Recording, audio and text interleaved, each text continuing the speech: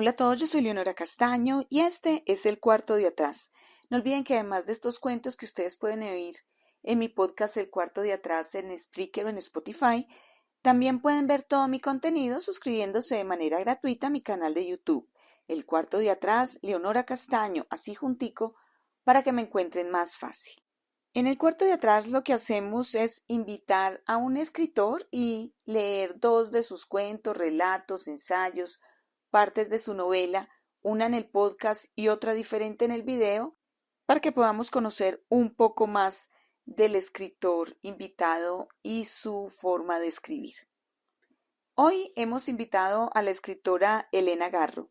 Elena Garro es una novelista, dramaturga, guionista y periodista mexicana nacida en 1916, quien a raíz de sus tres primeros libros sobre todo y en particular por su libro Recuerdos del Porvenir escritos en 1963, se le relaciona con el realismo mágico y como renovadora de la literatura fantástica.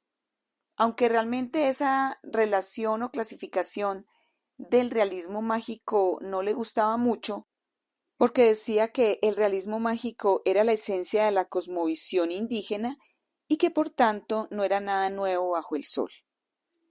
Su obra presenta temas feministas, marginación de la mujer, la libertad femenina y temas políticos. Es una de las figuras más destacadas de la dramaturgia mexicana y algunos incluso la mencionan como la segunda escritora mexicana más importante después de Sor Juana Inés de la Cruz. A pesar de todo lo que les cuento, realmente no es una escritora que haya sido muy difundida y la razón parece ser que pues ella era la esposa de Octavio Paz y bajo su sombra pues poco pudo brillar ella con su luz propia. Murió en 1998. Leerlo se llama Amor y Paz y dice así: Desde hacía 3 años sabía que iba a ocurrir algo. Estaba viviendo en el revés del tiempo y veía los silvanes, los forros y los enresortados de los días. Su vida entera era ahora el revés de su vida.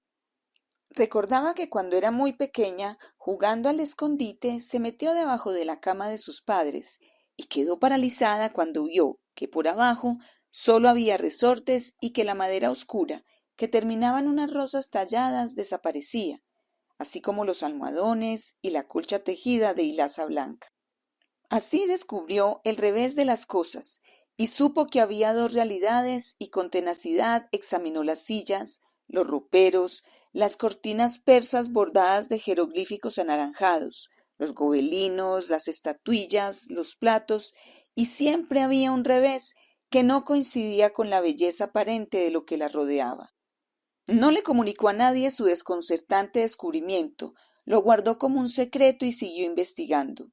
Cuando aprendió a leer, supo también que las palabras tenían un revés y quiso leerlas y decirlas al revés para encontrar que no significaban lo mismo. En su familia se reían asombrados cuando ella hablaba al revés. Se repetía Roislexe, Oslarevinu, cuando llegaban los periódicos y no encontraba Excelsior o Universal. Era desconcertante. Sin embargo, debería existir la razón secreta del revés. Con la convicción de esta verdad avanzó por la vida jugando, ya que durante el juego había descubierto esa segunda realidad para comprobar que en las situaciones y en los personajes existía también el revés de los gobelinos y de las cortinas y de las palabras.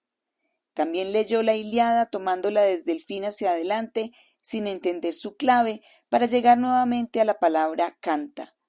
El hecho de que la Ilíada empezara con esa palabra hermosa y terminara también con la misma hermosa palabra tomando el libro al revés, la convenció de que la verdadera belleza no era una simple apariencia, sino una incontrovertible realidad, aunque ésta fuera inapresable y estuviera cifrada en un lenguaje colocado de cierta manera para facilitar a los mortales la presencia de la belleza. Era un hecho indiscutible que las personas eran diferentes de espaldas, y el hecho de que los ojos estuvieran colocados en el frente no era un simple azar. Lo desagradable se llevaba por detrás, de otra manera no podrían vivir.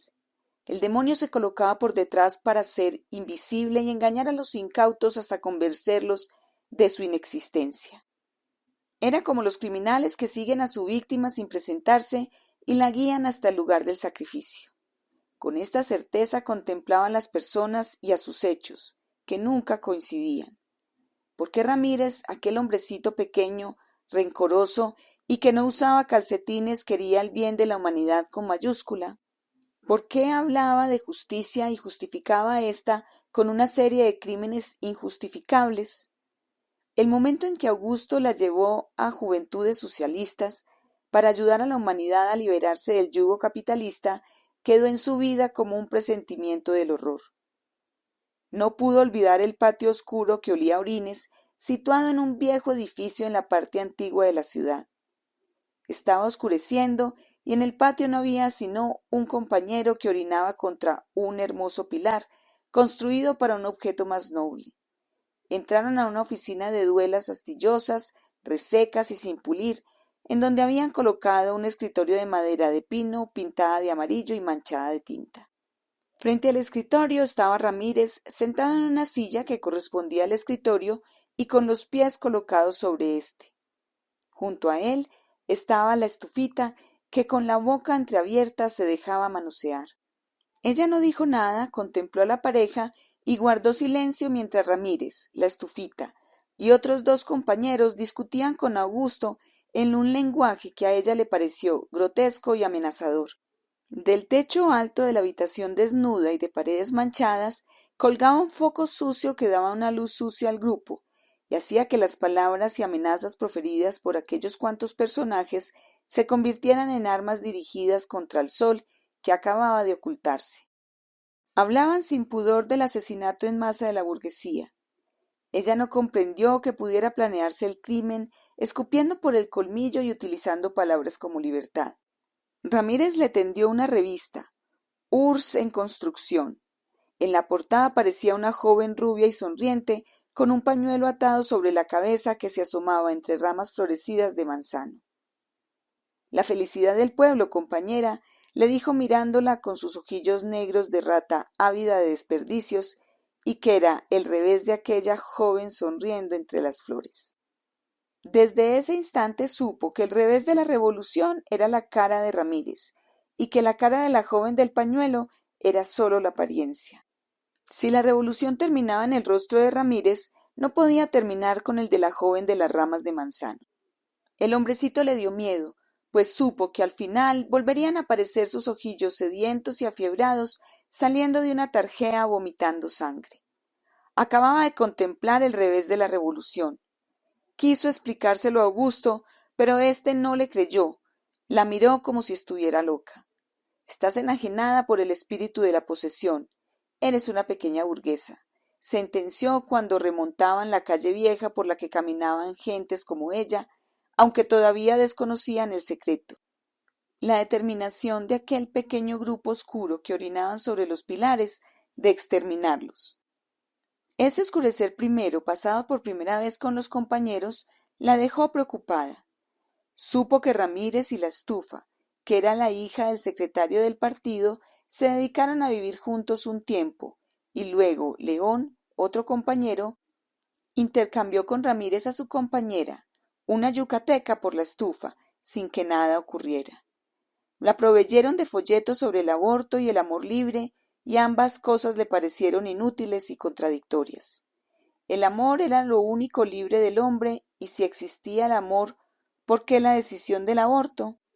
La tenacidad para repetir incansablemente las mismas palabras obtusas y las mismas verdades racionales para demostrarle que el capitalismo estaba condenado a muerte, sólo la convencieron de la necesidad vital de aquel pequeño grupo de asesinos para tomar el poder y exterminar a la humanidad. No cabía duda de que miraba el revés del amor, de la justicia y de la libertad, y que poco a poco aquel pequeño grupo lograba volver al revés, al orden y a la disciplina. Para ellos la disciplina era la capacidad de hacer lo que les viniera en gana, siempre que contestaran de palabra los interrogatorios de los miembros del partido y con hechos las necesidades del partido, para desordenar el orden común y aceptado por todos. Después el pequeño grupo podía juntarse, abortar, asesinar, injuriar, calumniar. Volver al revés los hechos y los objetos. Eran en verdad el revés del amor y la paz, el odio y la agresión gratuitas. Apenas un compañero se desviaba de esta conducta, era exterminado. Por el contrario, se aceptaba el desorden y el crimen, se le recompensaba con publicidad escandalosa y con dinero. El deshonor se había convertido en gloria y el crimen en acto heroico. Vio cómo poco a poco las vitrinas de las librerías se fueron llenando de pasquines soeces en donde se aconsejaba la droga, la homosexualidad y el crimen, mientras desaparecían la Ilíada, la tragedia griega y los clásicos. Parvadas de seres al revés circularon por la ciudad, llenándola de injurias y amenazas, y la ciudad se convirtió en un peligro.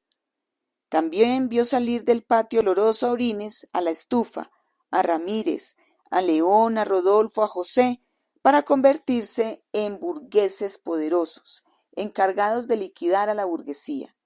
Se mudaron a los barrios elegantes y se trasladaban a sus reuniones en automóviles guiados por choferes. Hay un movimiento muy interesante que acaba de surgir en San Francisco, el de los niños flor. Parece que los jóvenes están dispuestos a cambiar el orden de la violencia burguesa por el de paz y amor.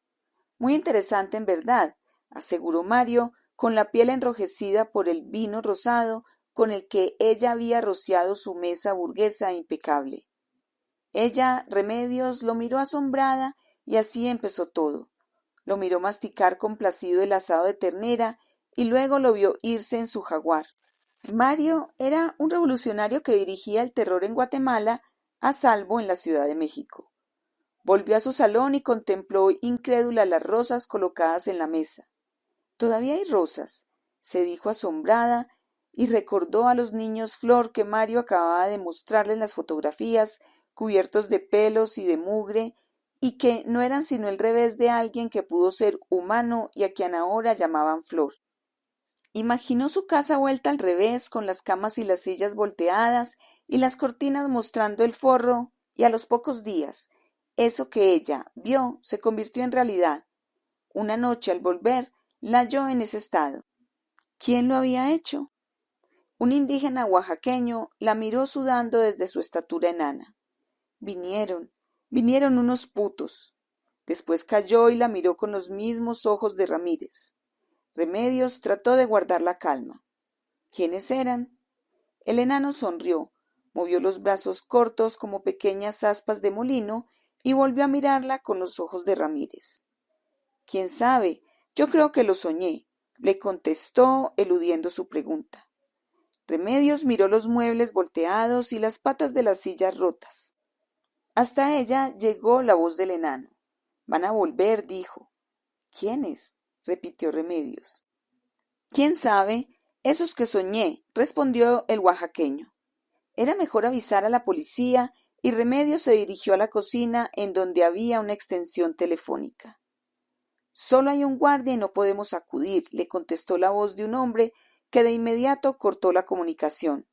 José el enano la miró divertido mientras ella fumó un cigarrillo tratando de no mostrar el pavor que le fue invadiendo y que hacía que el cigarrillo temblara entre sus dedos. Estaba calculando que no tenía salida. Su casa estaba aislada, en un lugar cercano al bosque de Chapultepec, y el pequeño jardín trasero de bardas bajas daba justamente a los árboles que marcaban el lindero del bosque. Las grandes ventanas de cristal no ofrecen ninguna protección y la puerta de entrada carecía de cerrojos. La policía estaba de guardia en sus oficinas y ella no tenía ni una pistola, solo la compañía de aquel oscuro nano que la contemplaba sudando. Vio cómo las gotas de sudor corrían por su frente saliendo del espeso cabello negro empapado y grasiento. «Me van a matar», se dijo, mirando la ventana de la cocina cubierta por cortinillas almidonadas de tela de vichy, de cuadros blancos y amarillos. Su vida no pudo desfilar ante sus ojos. No era verdad eso de que en los momentos supremos la vida desfila como una película y a una velocidad inconcebible. Al contrario, Su vida se estacionó en ese instante sin salida, pegada a las cortinas de la cocina, como si fuera el último punto real que existiera. Y hasta aquí va este cuento de Elena Garro. Soy Leonora Castaño y les envío un abrazo. Si les gustó el cuento, no olviden darle me gusta, dejarme todos sus comentarios y compartirlo con amigos y conocidos. Aquí los espero con una nueva lectura. Gracias.